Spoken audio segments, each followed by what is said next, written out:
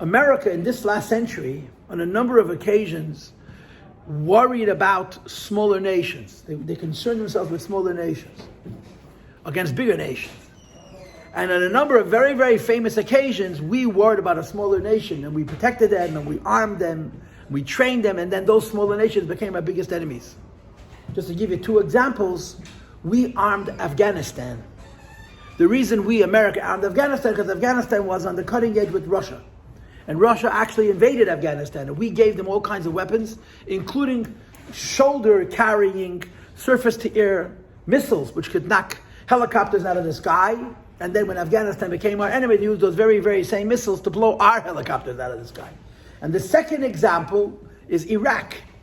We armed Iraq. We supported Saddam Hussein, who we later judged and killed, because we hated Iran more. There is no human evil worse than war, period. I mean, man has done a lot of bad things. A lot of bad things. Genocide? Huh? Genocide is a form of war, don't you think? It's organized killing. It's a war where not both sides have weapons. There is nothing worse in the world than war. It's the worst human invention. There's really nothing in the world worse than war. The idea that people whose job it is, governments, what's the number one responsibility of a government? What's the first thing every government has to do? Protect its citizens, protect its borders, protect its citizens. Before they concern themselves with the economy, before they concern themselves with education, before they concern themselves with culture and with the advancement of whatever it is, modernism, the number one responsibility of a country is to defend its citizens. And the idea that a country will take what they call the apple of the eye, the blossom of their eye, a young generation of boys, send them to the front, many of them come back either dead or wounded and ruined. It's such an incredibly evil thing. War is such a tragically evil thing. And one of the weirdest things about war historically is that people forget. People forget how bad war is. That's why the next war happens. Understand, every generation is born. And if you're born, I mean, if you've ever observed and studied the history of World War I, the First World War was not as bad as the Second World War. The Second World War, you could say, probably took 65 million lives.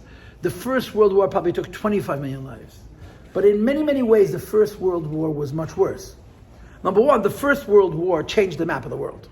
The Second World War did not really change the map of the world. Well, the map before remained the map after, by and large, more or less. World War I literally changed the map of the world. And number two, World War I was the most sobering thing.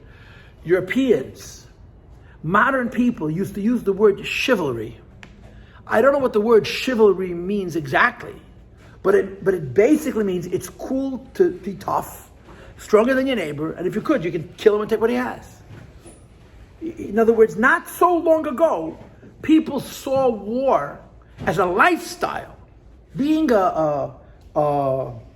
what's the word? A career soldier, especially if you're able to get a status of a lieutenant or some kind of an officer position, it was a way of life. And the way of life, literally, it aggrandized, it made choshuv, it made beautiful, it spoke favorably about war.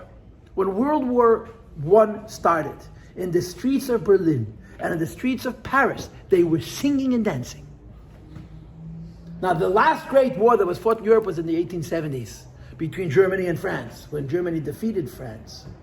Okay? The last great war that was fought in America was the Civil War, which was in the early 1860s. But the people who fought those wars were now old. The kids, the young people who were going to fight this new war just didn't know about it. And it seemed like a fun idea. The war started at the beginning of August, I think. And the attitude was, it's going to be over by the end of the year. It was a terrible, terrible war. A terrible, terrible war. And just to support how short people's memories was, 20 years later, we had a second war. It was just one generation later. People tend to forget how terrible war is. You just think, yeah, we'll go and, listen, we're stronger than them, we got better weapons than them, we'll go, we'll kill them, we'll come home, and we'll be good. It doesn't work that way. You know, the expression that they use all the time is, you know, war is all about organization. Until the first bullet flies. After that, it's chaos. Total chaos. It's called the fog of war. You have no idea who's winning, you have no idea who's losing. unless you're right there, it's very, very difficult to maintain a sense of what's going on in a battlefield. It's a terrible, terrible, terrible thing. And man has been doing it forever. Amazing. It's a remarkable thing. When you think about the two world wars, and I think about this a lot, what is the consequence of the two world wars? The consequence of two world wars, and I'm going to use these words because I think it's the most efficient way to have this conversation. The consequence of the two world wars is the United Nations. The consequence of two world wars was that most nations in the world, certainly European nations, came to the very obvious conclusion that war is a terrible thing. If you go back to before World War I, one of the most honorable professions was being a professional soldier. When I was growing up, you guys don't hear this anymore because the world has changed. When I was growing up, when I was a teenager, one of the most offensive criticism of our civilization of America, and then there was a Cold War, was what they called the military-industrial complex. Military-industrial complex means the businesses, the industries that build weapons, and they need war for their business. Because if there's no war, no one needs their infrastructure, no one needs their hardware. So there's a whole industry in the world that wants war to happen so they can profit from war by building weapons of war. And there were these protests because America, the United States government, was obviously partnering with all these private industries to build rockets and to build very, very sophisticated systems on airplanes and other ways to fight with the Russians. I grew up in an age where the world rebelled against war. The world rebelled against war because war became so expensive that everybody understood it's a bad idea. After World War I, and particularly after World War II, Western civilization came to the simple and obvious conclusion that war is a terrible thing. Now, what's so surprising about it is, the world is 5,000 years old. It took them 5,500 years to figure this out. Why? Because so long as the wars were to the extent that people told themselves it's just not a big deal, in America we had also the Great Purge, what do you call it? There's a word that means to burn out, the Great Scourge, you called it. We lost 750,000 men. America. In the Civil War, we lost 750,000 men. The First World War costed 40 times that many. For America to lose 700 and something thousand men, the whole America didn't have that many people. It was a terrible, terrible war. But you forget. He said, okay, we'll wait a generation, the next generation will come and fight. After World War I and World War II, the consciousness of Europe was, it can't happen again. Because the next time it happens, we're not going to lose 65 million people, we're going to lose 500 million people. It's a totally realistic thing. And in my head, by the way, and this is all me now telling you my personal conjecture, the difference between the Christian world and the Muslim world, the difference between Europe and Asia and Africa is that they did not experience the Second and the First World Wars the way the Europeans did. They still think that war is cool. Christians fought wars all the time. Now they all say, when I say Christian, I mean through the Christians, they're not so frum. Europeans, they hate it. How come the Muslims don't think the same way? Because they didn't pay the price. And if you could imagine if we had now a world war between Muslims, one Muslim against another, the interesting thing about World War I and World War II, they were European wars. Europe against Europe. In other words, the modern and smart people in the world were fighting with each other and killing one another. If there would be chas v'sholem, God forbid, a war today between the two, they'd kill 500 million. The numbers would be staggering. And then they would say, you know what? War is a bad thing, But it takes so long and so much blood and so much tragedy for people to realize how tragic war is. And over the course of history, we needed to learn that it doesn't really matter what the issues are, you cannot fight. You can't use violence. Today in the world, we are much, much closer to this. When the Rebbe spoke to Sicha Mishpatim Nun Beis, you guys were not born, I was there, I'm never going to get Fabreng, it's one of those incredible moments, where the Rebbe said, the way the Rebbe articulated it, the fact that now, in the world, there is an attitude, there's a movement, there's a feeling that war is a terrible thing, the Rebbe didn't say what I'm saying.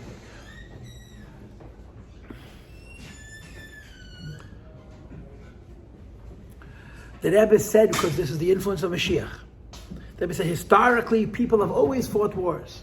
The idea that now people decide that war is a bad thing, the Rebbe attributed to Mashiach. I'm not chas v'sholom disagreeing with the Rebbe, but I think there's a hislapshus element. In other words, on the human level, what does Mashiach mean? On the human level, Mashiach means the recognition of how terrible thing a war is. Now, I have many more notes. It's already 5 to 9. I have many more notes.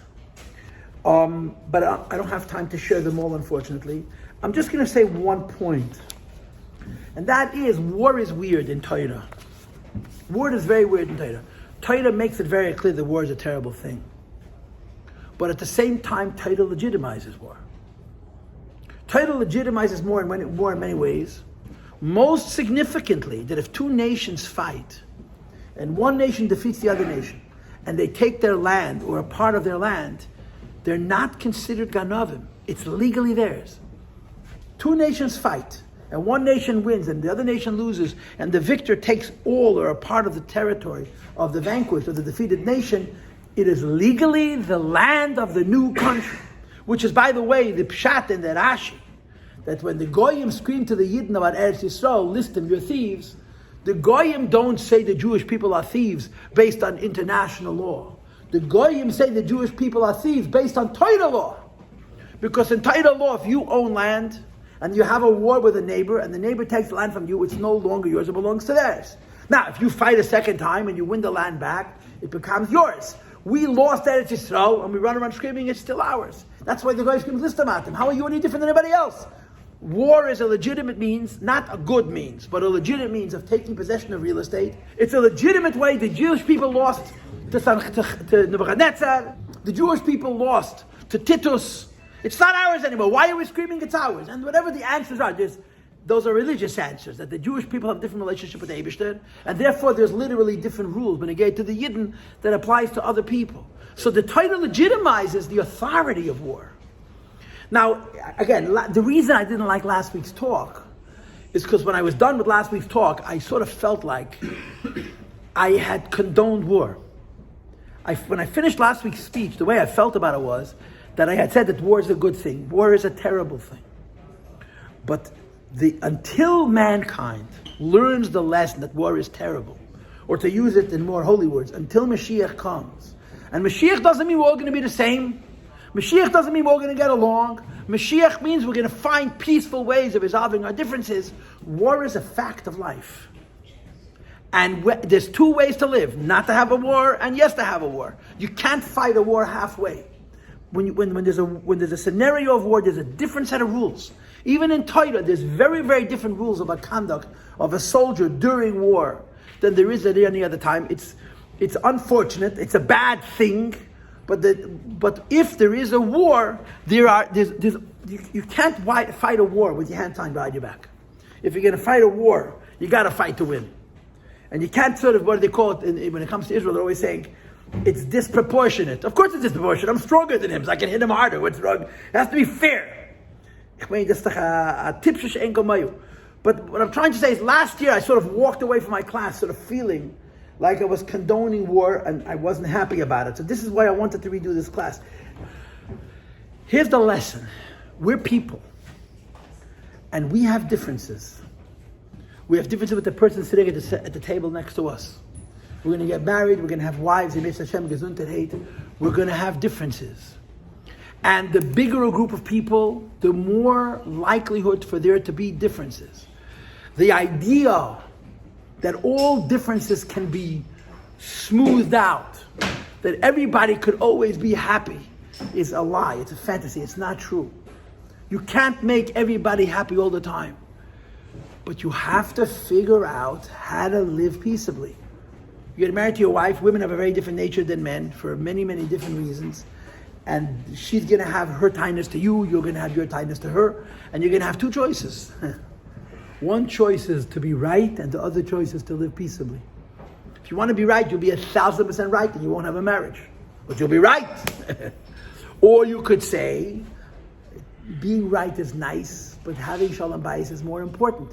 And I think that ultimately this is the lesson of the Torah. The Torah talks to us about war, to articulate the reality of it, why war happens, And how, again, I'm going to say it again, ultimately you could make the case that war is almost inevitable. And the lesson of war is that we have to figure out how to resolve our issues in a peaceful way. Even if it means compromising, even if it means not getting on, even if it means not being completely right. I'm going to tell you something very interesting, and I'm sorry I'm stealing your time. Governments are corrupt, you know that? Governments are corrupt. The United States government is corrupt, the French government is corrupt, the British, every government is corrupt.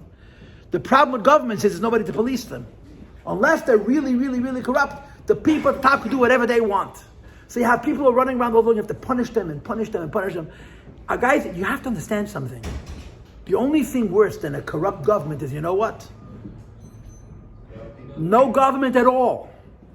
I'm not condoning governments being corrupt, but in the reality of the world, things aren't perfect. The reality of the world, things aren't perfect. You have to make them work. When Mashiach comes, they'll be perfect. You have to make them work. Because if you don't make them work, you have war. And war is a terrible thing. The Rebbe once said to someone about war, in a war, everybody loses. The question simply of who loses more. L'chaim, let's have a mic.